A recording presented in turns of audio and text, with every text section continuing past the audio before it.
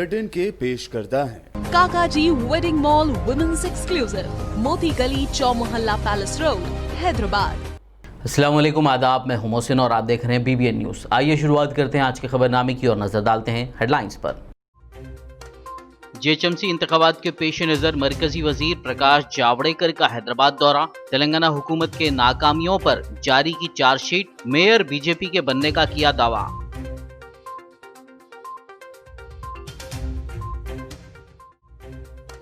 प्रकाश जावड़ेकर के बयान पर कांग्रेस लीडर रेवंत रेड्डी का रद्देअमल, कहा बीजेपी और TRS मिलकर कर रही हैं ड्रामा, दोनों पार्टियों पर तेलंगाना को मिलकर लूटने का लगाया इल्जाम।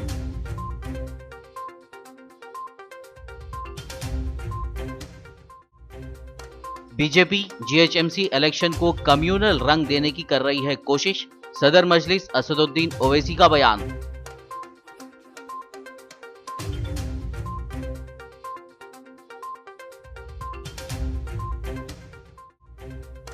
अकबरुद्दीन ओवैसी ने उप्पुगुड़ा में किया इंतखाबी मुहिम का आगाज, मजलिसी उम्मीदवार फहाद बिन अब्दाद के हक में वोट देने की अवाम से की अपील।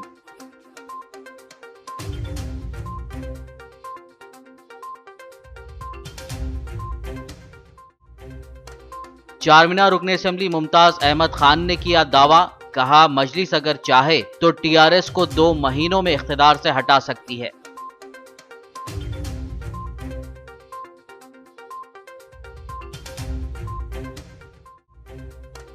रियासती हुकूमत धारानी के जरिए गैर ज़राई जायदादों के रजिस्ट्रेशन शुरू करने पूरी तरह तैयार, वज़ीर आला KCR का ऐलान, 25 नवंबर से शुरू हो सकते हैं रजिस्ट्रेशंस।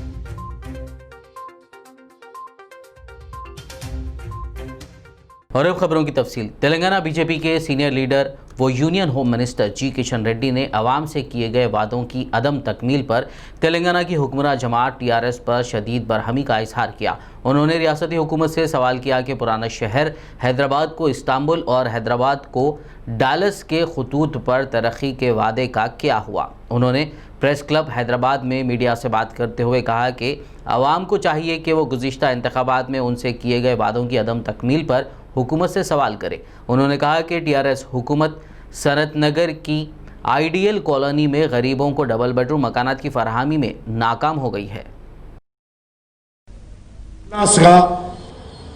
మారుస్తానన్నారు ఎవరు అడగలే హైదరాబాద్ డల్లాస్ చేయమని, ఎవరు అడగలే హైదరాబాద్ ఇస్తాంబుల్ చేయమని।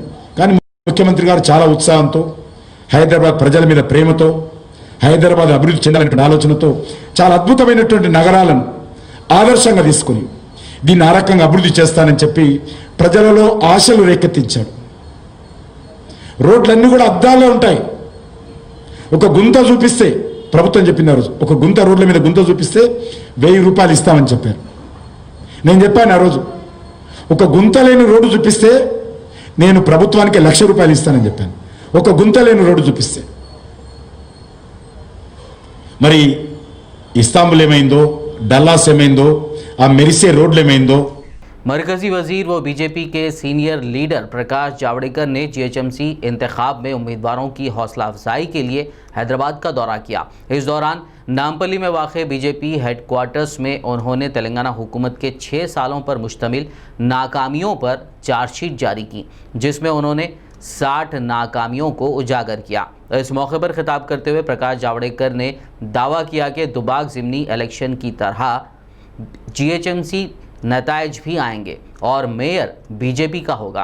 उन्होंने रियासती हुकूमत पर तनकीद की और कहा कि तेलंगाना हुकूमत की जानिब से शहर हैदराबाद को आलमी शहर डालस में तब्दील करने के दावे सिर्फ दावों की हद तक ही महदूद होकर रह गए। इसके अलावा गरीब आवाम के लिए डबल बेडरूम मकानात की स्कीम पर मौसर अमलावारी में TRS हुकूमत नाकाम हो गई। मरकज़ी हुकूमत की जानिब से जारी फंड्स व स्कीमात KCR और उनके ख़ानदान तक ही महदूद हो गए हैं। वहीं रियासती हुकूमत की जानिब से मूसी रिवर के तरक्याती कामों से मुताल्लिक़ वादे भी धरे के धरे रह गए। उन्होंने मज़ीद कहा कि बीजेपी ने तेलंगाना की तश्कील में अहम रोल अदा किया था, ताहम अलहदा रियासत का क़याम ख़ानदानी हुक्मरानी के लिए अमल में नहीं लाया गया था। तेलंगाना के सभी नागरिक हमेशा लड़ाकू रहे हैं और हैदराबाद के भी इस शहर का फैसला 1 दिसंबर को करेंगे। जो दुबक्का में हुआ वही हैदराबाद में होने जा रहा है। मुख्यमंत्री की कॉन्स्टिट्यूंसी, केटीआर की कॉन्स्टिट्यूंसी, हरीश की कॉन्स्टिट्यूंसी, उसके बीचों बीच दुबक्का ने तेलंगाना में कहां हवा बह रही है ये बताया है, और यही हवा हैदराबाद में बह रही है, और इसलिए हम विजय के लिए लड़ रहे हैं। हमें समझना चाहिए कि सवाल क्या है हैदराबाद में। हैदराबाद में सवाल यह है कि क्या एमआईएम का मेयर चाहिए या बीजेपी का मेयर चाहिए। इस सवाल पे चुनाव हो रहा है। मरकजी वजीर प्रकाश जावड़ेकर की जानिब से टीआरएस के खिलाफ चार्जशीट जारी किए जाने के अमल पर रद्देअमल जाहिर करते हुए कांग्रेस लीडर रेवंत रेड्डी ने कहा कि ये सब ड्रामेबाजी है, जबकि बीजेपी और टीआरएस दोनों मिलकर तेलंगाना को लूट रही हैं। उन्होंने कहा कि गली में बीजेपी टीआरएस की मदद कर रही है और दिल्ली में टीआरएस बीजेपी का साथ दे रही है। जो भारतीय जनता पार्टी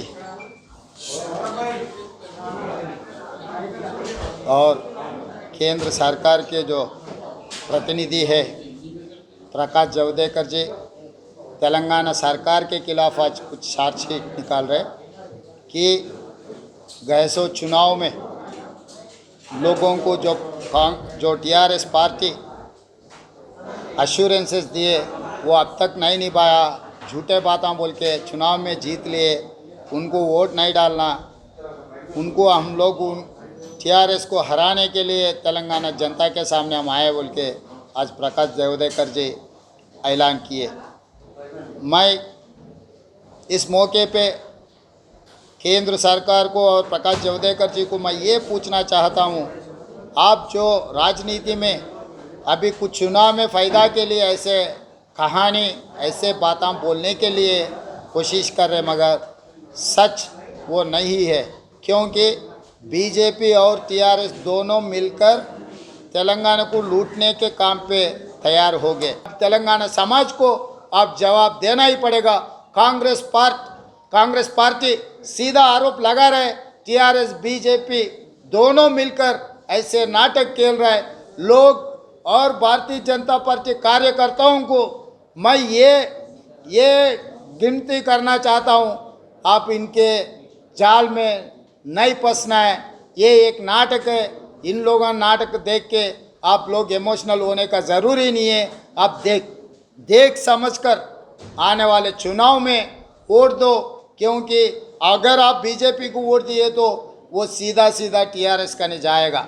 जब एमपी को टीआरएस को वोट दिए तो वो सीधा बीजेपी को जाएगा।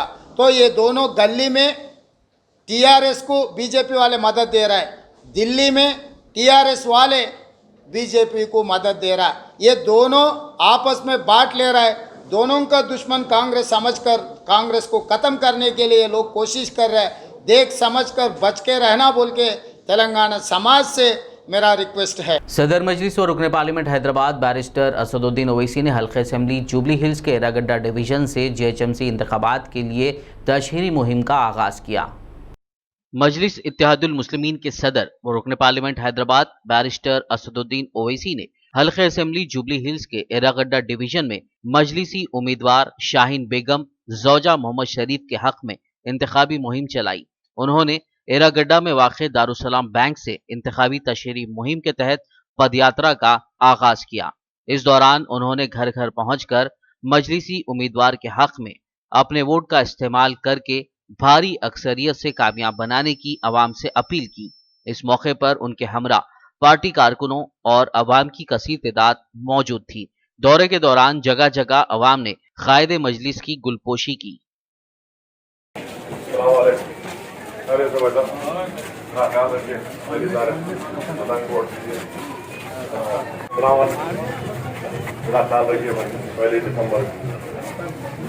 इस दौरान सदर मजलिस असदुद्दीन ओवैसी ने एक प्रेस कॉन्फ्रेंस से खिताब करते हुए कहा कि मजलिस पार्टी के काम करने का तरीका दीगर पार्टियों से अलग है। मजलिस साल के 12 महीने आवाम के दरमियान रहकर काम करती है। उन्होंने एक सवाल के जवाब में वाज़े तौर पर कहा कि टीआरएस के साथ मजलिस का जहां मुकाबला है वो अपनी जगह है। जीएचएमसी इलेक्शन में मजलिस इत्तेहादुल मुस्लिमीन टीआरएस के बगैर तनहा मैदान में उतर रही है। तेलंगाना में वो वाहिद पॉलिटिकल पार्टी है जो साल के 12 महीने काम करती है। हमारा काम करने का तरीका टीआरएस से, बीजेपी से, कांग्रेस से और दीगर पार्टियों से बड़ा मुख्तलिफ है।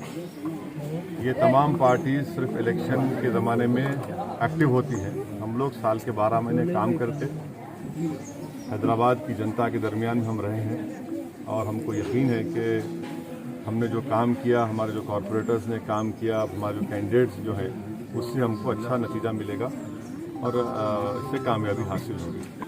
सर हर चुनाव में आप टीआरएस का साथ देते हैं, लेकिन ये बल्दिया के चुनाव में आप कहते हैं कि टीआरएस से हमारा नहीं है, फिर उधर वर्किंग प्रेसिडेंट कहते हैं, तो ये रिश्ता क्या कहलाता है सर?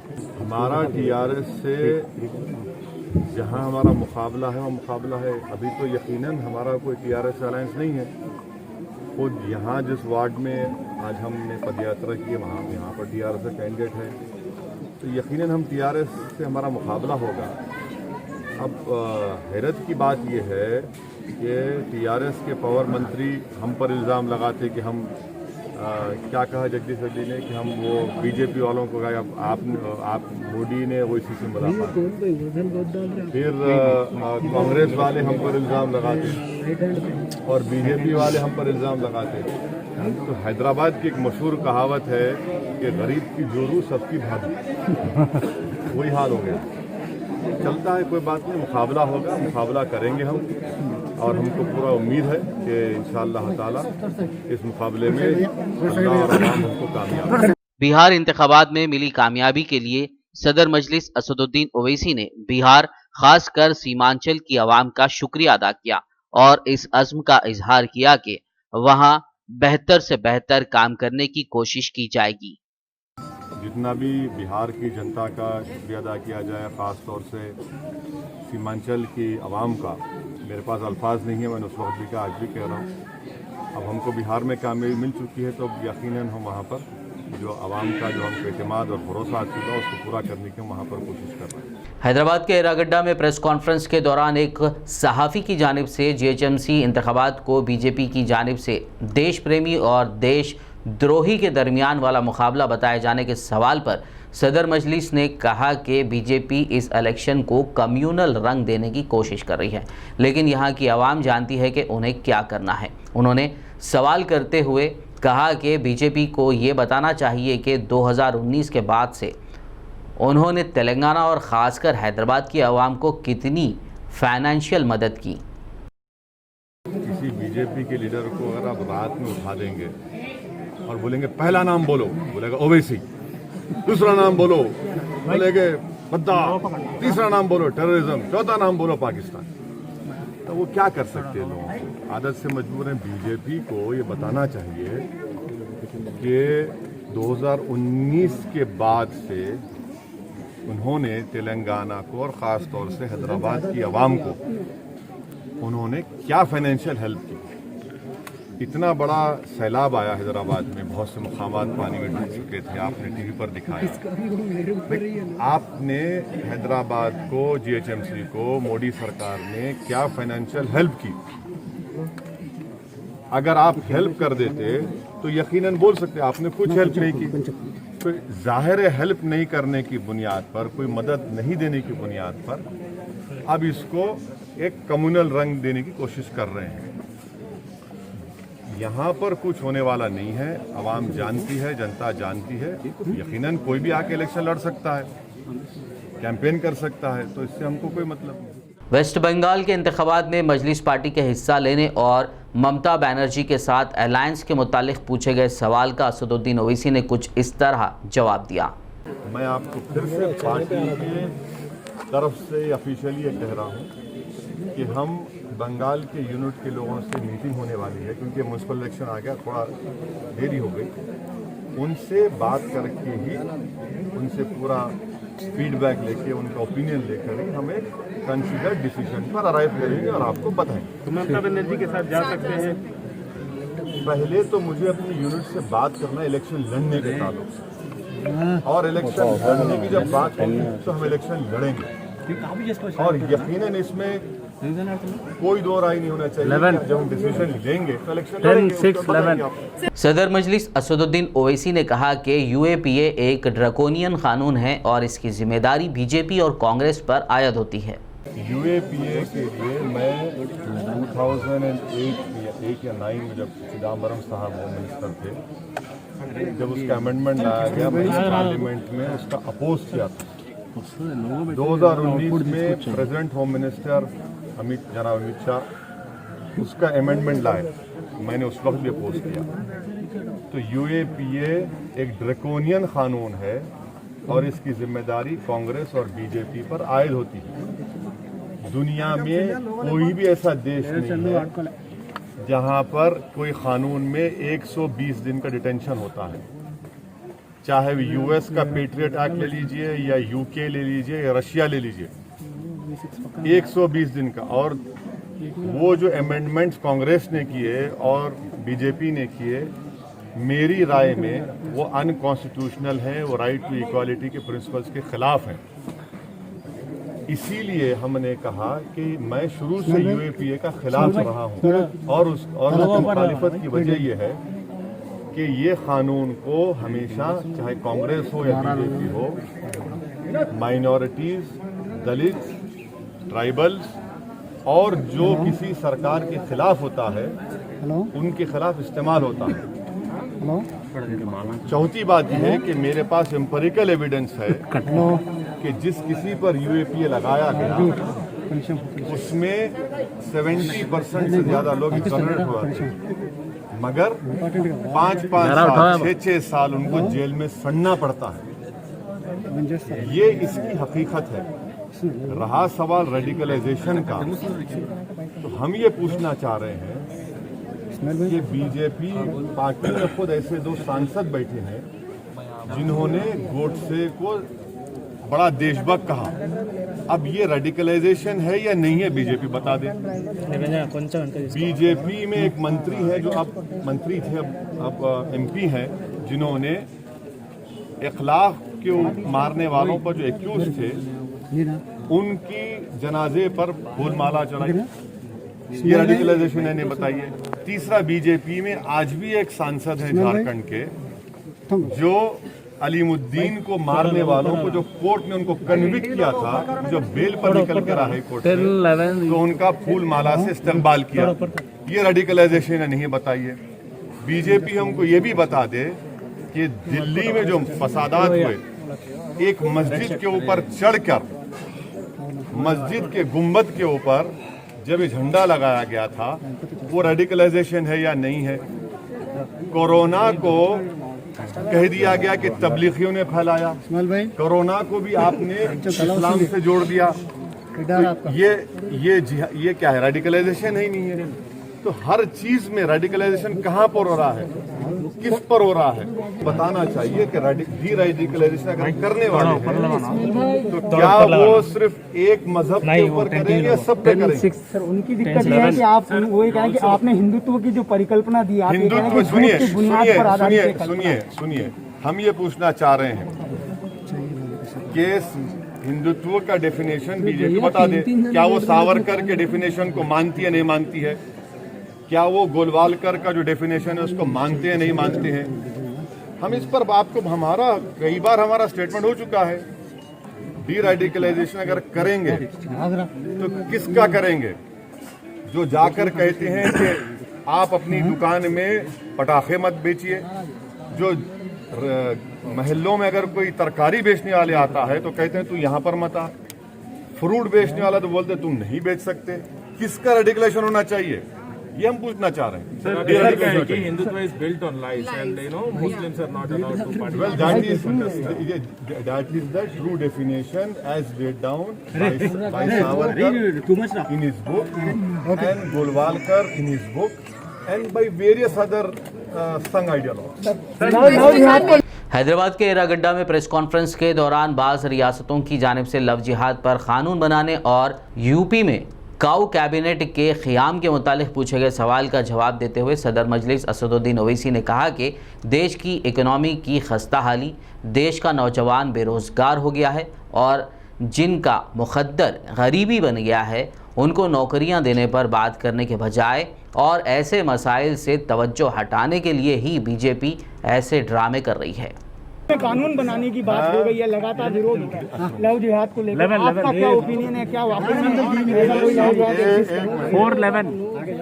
देखिए, ये कॉन्स्टिट्यूशन में आर्टिकल 14 और 21 का ग्रॉस वायलेशन होगा।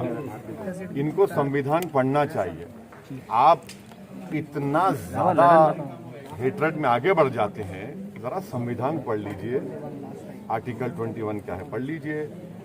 स्पेशल मैरिज है उसको खत्म कर देंगे आप, उसको खत्म कर दीजिए। फिर आप ये बातें करना, इस तरह से सिर्फ हेट्रेड पैदा करना, ये नहीं चलेगा।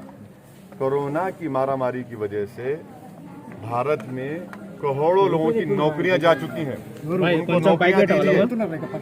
आप नौकरियां नहीं दे सकते। जीडीपी 0 हो चुका है, आप उसके ताल्लुक से कुछ नहीं करते। तो देश के नौजवान जो बेरोजगारी का शिकार हो चुके हैं, जो गरीबी उनका मुकद्दर बन चुका है, उनकी तवज्जो हटाने के लिए ये सब ड्रामेबाजी बीजेपी कर रही है। हम तो ये कह रहे हैं खाली लव को फैलाइए, लव फैलाइए, लव फैलाइए, हेटर खत्म करिए। कितना हेटरेट करेंगे? अरे ये अजीब बात है कि लव भी होगा और जिहाद भी होगा। ये कैसा होगा भैया? हाँ, मोहब्बत की और जिहाद अगर करना है तो। खबरनामे में फिलहाल लेंगे एक ब्रेक, मुलाकात होगी इस छोटे से ब्रेक के बाद।